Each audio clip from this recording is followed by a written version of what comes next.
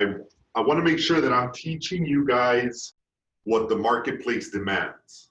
I don't want to teach you anything else other than stuff that you need to be making sure that you can use when you're out there, specifically engaging in day-to-day conversations about real estate. You have to make sure that you make a conscious decision that you're going to develop in the field that you want to have as a long-term career. So I'll give you an example. Fridays, it's one of those things that religiously I've been setting up every Friday, 7:06 a.m. I have a tea time so that I can go play golf, and it's my way to detach. That habit is a habit that I've been using to reset and rethink, and most importantly, for me to be able to perform at a high level. However, this week, that the marketplace demanded for me to invest those extra 2 hours of work into something that's a little more productive. Golf will always be there. So here's what I'm thinking about. As I wake up, I'm like, am I doing everything that I can to maximize how profitable I could be in my business, or am I wasting time? So I determine on an average on Fridays, I'm spending 5 hours in the golf course, and I can do 100 contacts in those 5 hours, then I can accept responsibility for my actions and perhaps convert those 100 contacts into 10% return. 100 contacts, 10% is 10 closed deals. So anyway, that's what I'm thinking, and that's what I'm here today in front of you. But anyway, let's talk about faith a little bit today, because this part of the book, and believe it or not, we're already at page 31, and we've only been doing 10 minutes. So this is the key to success. I always tell people, create small habits that eventually become something that is already so normal. Like right now, believe it or not, I'm already thinking like, man, I'm picking up a book every single day for 10 minutes. It changes the dynamic of the way I'm thinking. So anyway, let's talk about faith. Visualization of and belief in attainment of desire, the second step towards riches. Faith is the head chemist of the mind. When faith is blended with thought, the subconscious mind instantly picks up the vibration, translates it into its spiritual equivalent, and transmits it to an infinite intelligence, as in the case of prayer. The emotions of faith, love, and sex are the most powerful of all major positive emotions. When the three are blended, they have the effect of coloring thought in such a way that it instantly reaches the subconscious mind, where it is changed into its spiritual equivalent. The only form that induces a response from infinite intelligence. So here's how you develop faith. There comes now a statement which will give it a better understanding of the importance the principle of auto-suggestion assumes in the transmutation of desire into physical or monetary equivalent. Namely, faith is a state of mind which may be induced or created by affirmation or repeated instructions to the subconscious mind through the principle of auto-suggestion. As an illustration, consider the purpose for which you are presumably reading this book. The object is naturally to acquire the ability to transmute the intangible thought impulse of desire into a physical counterpart, which is money. By following the instructions laid down in the chapters of autosuggestion and the subconscious mind, as summarized in the chapter on autosuggestion, you may convince the subconscious mind that you believe you will receive that for which you ask, and it will act upon that belief, which your subconscious mind passes back to you in the form of faith, followed by definite plans for procuring that which you desire. Faith is a state of mind which you may develop at will after you have mastered the 13 principles, because It is a state of mind which develops voluntary through application and use of these principles. Repetition of affirmation of orders to your subconscious mind is the only known method of voluntary development of the emotion of faith. Perhaps the meaning may be made clearer through the following explanation as to the way men sometimes become criminals. Stated in the words of a famous criminologist, when men first come into contact with crime, they abhor it. If they remain in contact with crime for a time, they become accustomed to it and endure it.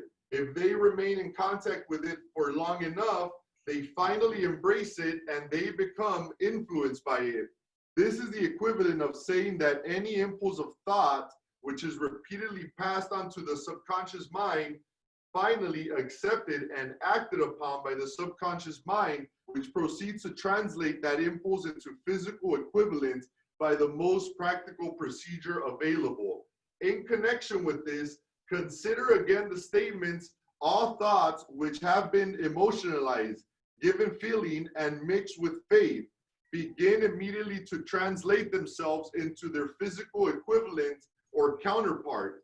The emotions or the feeling portion of thoughts are the factors which give thoughts vitality, life, and action. The emotions of faith, love, and sex, when mixed with any thought impulse, give it greater action than any of these emotions can do singly. Not only thought impulses which have been mixed with faith, but those which have been mixed with any of the positive emotions or any of the negative emotions may reach and influence the subconscious mind. So here's a big one. No one is doomed to bad luck. From this statement, let me drink some water, guys, because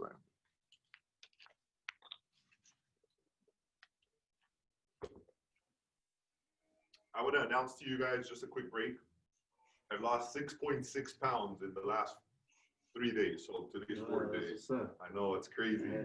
All right, from this, so no one is doomed to bad luck. From this statement, you will understand that the subconscious mind will translate it into physical equivalent, a thought impulse of negative or destructive nature, just as readily as it will act upon thought impulses or a positive or constructive nature.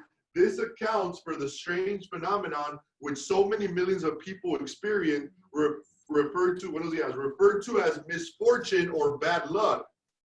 There are millions of people who believe themselves doomed to poverty and failure because of some strange force over which they believe they have no control. They are creators of their own misfortunes. That's huge. Because of this negative belief, which is picked up by the subconscious mind and translated into its physical equivalent, this is an appropriate place at which to suggest again that you may benefit by passing on to your subconscious mind any desire which you translate into its physical or monetary equivalent in a state of expectancy or believe that the transmutation will actually take place. Your belief or faith is the element which determines the action of your subconscious mind. There is nothing to hinder you from deceiving your subconscious mind when giving it instructions through auto-suggestions, as I deceive my son's subconscious. He's talking about his son with the sixth sense. Yeah.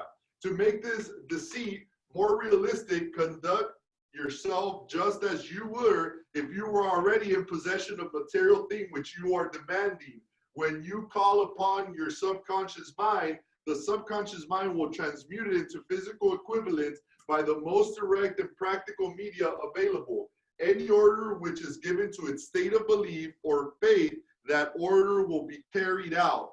Surely enough, it has been stated to give a starting point from which one may, through experiment and practice, acquire the ability to mix faith with any other given to the subconscious mind.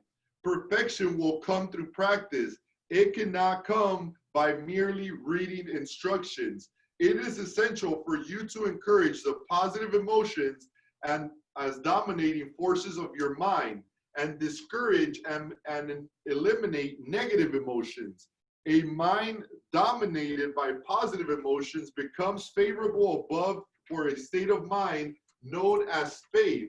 A mind so dominated may at will give the subconscious mind instructions which it will accept and act upon immediately. That's a lot of information. That's right. Wow. Did you guys get that? Yeah. Man, okay. Let me tell you guys something that I've been doing, and I always talk about this just because to me it's important. Give me one second. 600,000.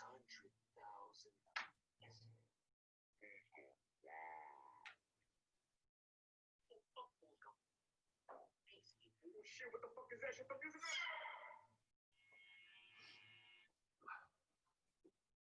Hey Hiram, good morning. I see you. Okay, so I don't know if you guys grabbed this part of the book. Why am I so excited? Because that's the one thing that I can tell you that marked the difference in me being in this industry. My mom, superwoman that believes in faith, always told me, don't lose faith, do not lose faith. And I already told you guys, she put me in a position where she was like, you're taking the bus every single day, you're not making any money, I see your commitment, you're sticking to it, 6 months, no income. And she says, let's go get the car. We got the car. She says to me, you got to believe you're going to make this payment. So I believe she was planting a seed of faith. And sometimes we don't make that decision because we're so scared. But even that book, and this book is not a religious book, which is very crazy to me. Even the author here is saying, you got to have faith in something. So in auto suggestions, I want to recommend you to do specific things. I was struggling with being a good husband. And this is not even real estate talk. I started to write down, I am the best husband ever, to auto-suggest myself and tell me why the perspective of everything started to change, because I started to believe in something that was not real yet, but I was going to work towards. And if I show you the books, that's why I'm so excited to show you guys. I've been writing this stuff down as part of my auto-suggestions, and this is my passion roadmap to what I want to convert.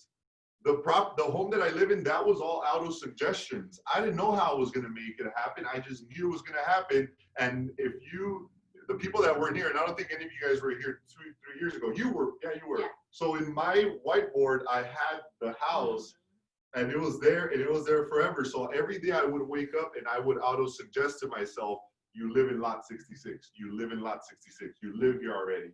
And then all of a sudden I get there and I'm like, what did I do? And now that I'm reading the book again, I auto-suggested to myself what I wanted. Right. So for me, some things that are very important is I want to have understanding, I want to have family, I want to have love. Those are the 3 things that I want that are important to me.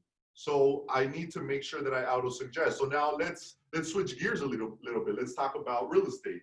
If you know you want to close 5 deals in a month, why not start auto-suggesting you got 5 deals this month? So what is it going to take? It's going to take for you to be crazy. Look at the amount of notes that I'm writing every single day over and over. And these are all things that are auto-suggesting. So now that I'm reading the book, I'm going to make sure that you guys are constantly being trained to auto-suggest to yourself. When the deals fall apart, auto-suggest to yourself that this deal will not fall apart. This deal will not fall apart. This deal will not fall apart. Does that make any sense? Yes. And people think that you're going to be crazy about it. This is the same concept that I started to do every single morning when I woke up and I left, and I still leave, my goals that I write down for breakfast, lunch, and dinner. You guys are always going to hear me say that repetitively. All of a sudden, my wife does not think that I'm crazy. She doesn't think that owning $100 million in real estate is crazy, because she's like, he's actually writing it every single day. And even if she wasn't believing, now that I'm checking off the boxes, she's like, it's happening. This guy is really coming through with this stuff. You know what I'm saying? So a lot of people are not going to believe the exact same thing that I dealt with when everybody that would criticize me over reading books, at one specific point in their life, they're going to have to pick up a book to get some knowledge. If you're not looking for knowledge, you're not looking to develop yourself. You guys need to make sure that you guys are in the constant development mode. But I'm happy today that we read through the auto suggestions. The most important thing is in this business, you have to practice blind faith constantly. You don't know what's going to happen when you're going to go show those properties. I don't know what's going to happen. I've been through so many cancellations that at some point I started to auto suggest myself, oh, it's going to cancel too. And I thought to myself, why don't I start being positive about it? Why do I think, oh, if it doesn't? And if you start paying attention to people's auto suggestion, they are so toxic sometimes. Yeah. Like I will talk to even my mom. I tell her sometimes, like, hey, don't put that evil on me. You know what I'm saying? Like I'm over here, I'm already struggling with my own thoughts. You know what I mean? You gotta help me out. So real estate sells. Start small. Start at you want to do one deal consistently a month. You don't have to do 100 deals. And I continue to say this. I used to go to these top producer panels, and I used to see these 5 people, and they used to present these 5 people, and I'm like, I want to be just like them, and blah, blah, blah. I needed to be able to walk before I could fly. I'm like, we're closing 1 a month yet. And I'm over here trying to do 1 million transactions. So your auto suggestions should be baby steps. 1 deal a month, 1 deal a month. Auto suggestions should be 1 glass of water extra every single day. Because I'll tell you one thing, I'm going to push healthy living lifestyle for you guys, because in sales, if you're not confident, there's something that's wrong. Yeah. Let me tell you something that happened to me recently so that we can get into the closing cost. And I thank you guys for joining us. When I was diagnosed in 2018 with this disease, and I became, I don't think the word is blind, because blind is both eyes. I think there's a different word, but anyway, you guys understand the concept. When I started to go blind, the first thing that happened to me was my mind was to auto-suggest, man, negativity after negativity, negativity after negativity. 2018, 2019 was the year that I had already predetermined that it was going to be the year that I was going to blow up. All of a sudden, I find myself at Cedars-Sinai on Tuesday and Wednesday doing medical infusions into my body. And I'm thinking to myself, man, these are the years where I'm supposed to crush it, massive production, and it's going to happen. All of a sudden, I'm sitting there. And if anybody has ever driven to Beverly Hills, driving to Beverly Hills is all day thing. Even if you leave at 5 in the morning, you're gonna just to get over the hill. Yeah, just to get over the hill takes like 2 to 3 hours. You know what I mean? So my auto suggestion started to beat me up inside, and that's when I said, right now, when I'm struggling the most, because I know so many people are struggling at home, they can't even get over the fact that so much crap is going on in the world.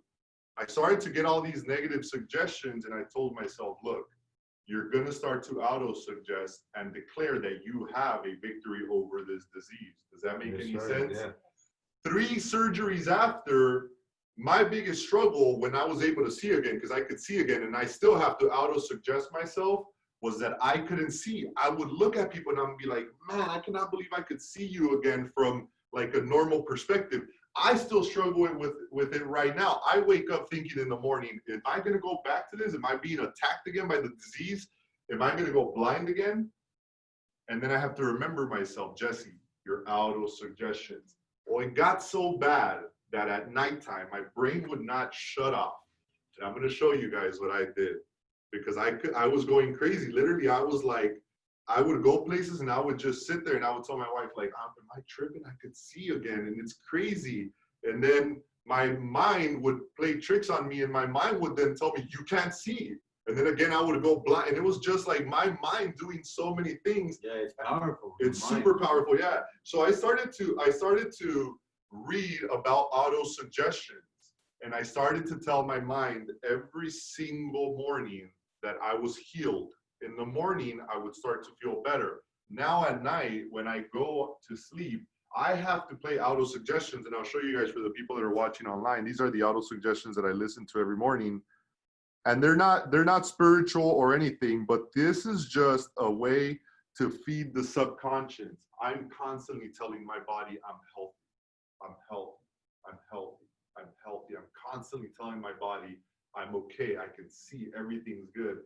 I'm constantly telling you. So I want to share this with you guys. You guys need to make sure that you guys are strong in the auto suggestions. And here's the hard part. And I'll close with this so we can get into our closing statement. The hard part is that you have to identify that there's individuals in your life that are toxic. Yeah. Very toxic individuals. I had those people in my life. 2016, I made a conscious decision that I would eliminate those toxic people. And guess what? It was a very, very challenging thing to do because they were not yielding me any big results. They weren't doing better. They were just pushing me down. And I started to learn that auto-suggestions also come from the people that are close to you.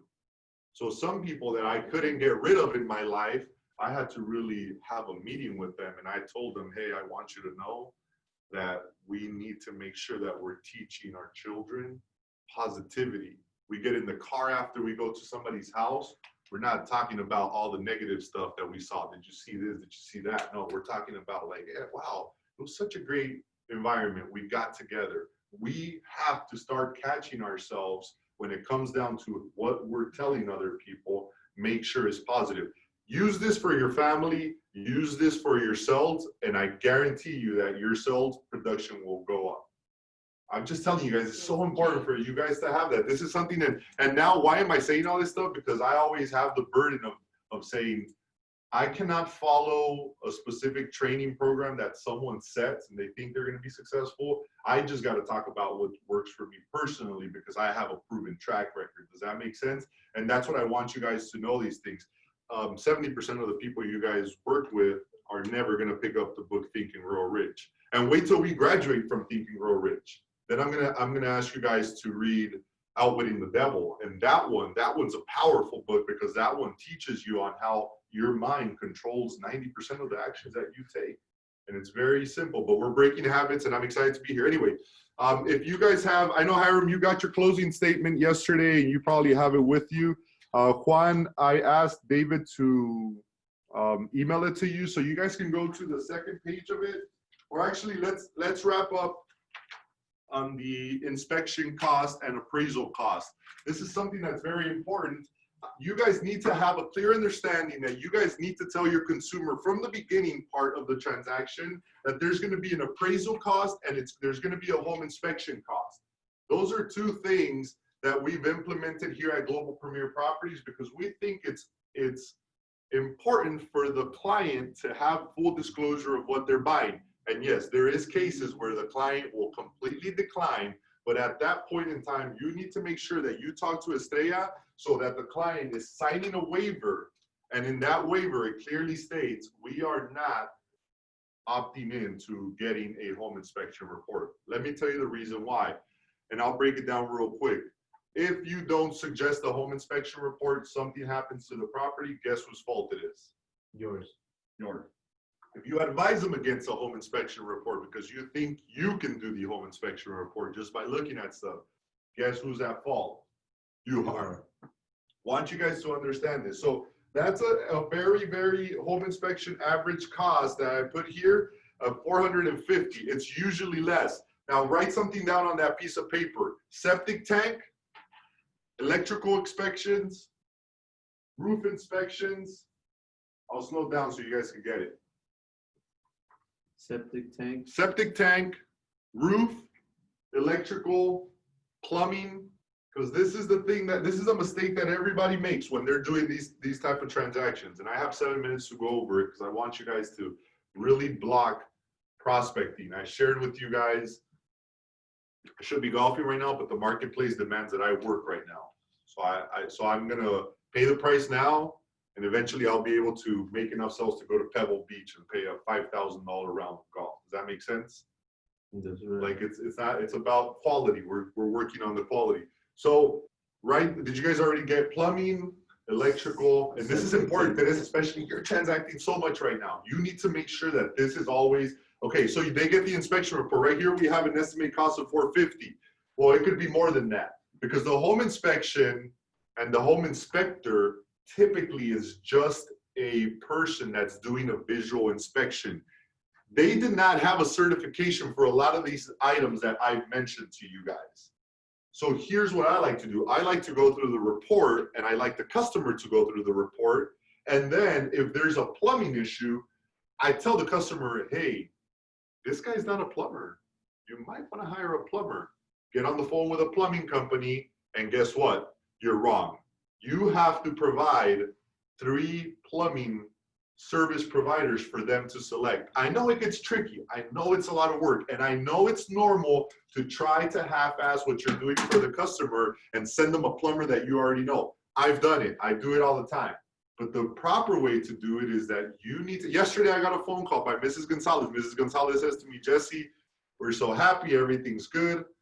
Who was that plumber that you recommended? And I'm like, oh, it was just, did I just auto-suggest this?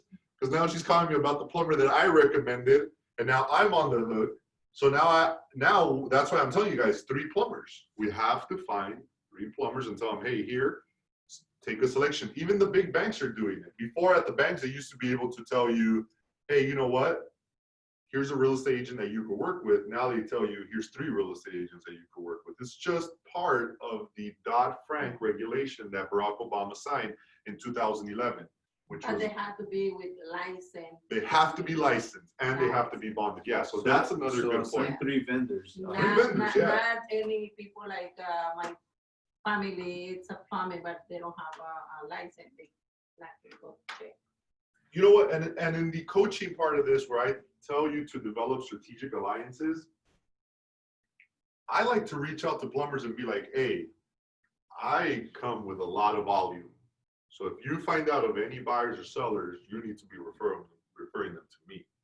You know what I'm saying? Yeah. Number 1. Number 2, the other guy, hey, you're going to get a lot of calls from me. I expect because see, I don't like to play that whole game of like, you give me a kickback and I got a kickback here, I got a kickback there. I don't like that because I want people to perform to their highest level of their ability. And I feel like when I'm requesting something from them and a compensation, then they have to do their job, and all of a sudden it's like, I know why he half did his job. He has jobs that he's getting paid 100% of his profit, and now I'm over here trying to shave off another, you know what I'm saying? So that's why I always tell people, and I'm very big on this, if I sit with somebody, I'll never have the conversation, I'll hook you up. I'll always have the conversation, hey, I'm gonna give you, but you're gonna have to refer me a client. And when you refer me that big client, don't ask me for anything in return, because you know what? I'm gonna do 100% of my job, and I'm gonna do it very well to where it's gonna pay off. Sometimes we want the quick money now. Let me get the little chunk of change right now. Just refer me, that's it. Yeah, but then you burn the relationship. Yeah. You know what I mean? But take that for face value. So anyway, let's go back to that. The plumber. All of a sudden, the electrical has an issue on that inspection. The plumber is not going to go and go over there and do an inspection for free. I want you guys to know that. That's an additional cost. Anything that's a cost to inspect the home during the contingency period of 17 days must be paid by the borrower or the buyer. Out of pocket. This cannot go into escrow. You guys need to know this. I get this question all the time. Oh, póngalo en el escrow. Put it in the escrow. No, do not put it in the escrow. You got to pay for this fee up front. Matter of fact, you're going to call 3 of them and you're going to negotiate the amount of money that you have to pay.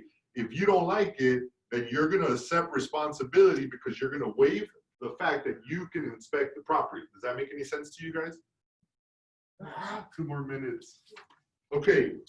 So does that make sense on the home inspection? Yeah. You cannot increase your loan amount and include your closing costs in there. They have to be negotiated, and it has to come from the seller or the buyer, because that's a very common question from the buyer. Okay, so you cannot, say that again. You cannot increase your loan amount and include your closing costs in there. It has to come from the buyer or from the seller. Right, so what David is saying, you cannot tell the bank, hey, my closing costs are 10 grand, bump up my loan amount, because then it offsets everything. You have to negotiate that from the seller and the buyer. Like a lot of people have that understanding, like, oh, the closing costs are 10 grand, why don't you just lift my loan amount?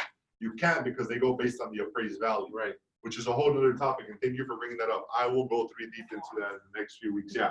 So anyway, for the sake of home inspections, I've seen people dump $2,500 in inspecting homes just to make sure. It's a negotiation tool also for your customer. So you tell me, if I'm going to pay $450 for a rough roof inspection or a plumbing inspection or any type of inspection, but it's going to give me a negotiation tool because there's something wrong with the property, why not spend money on it? Yeah. It's very low risk for the reward that you can receive.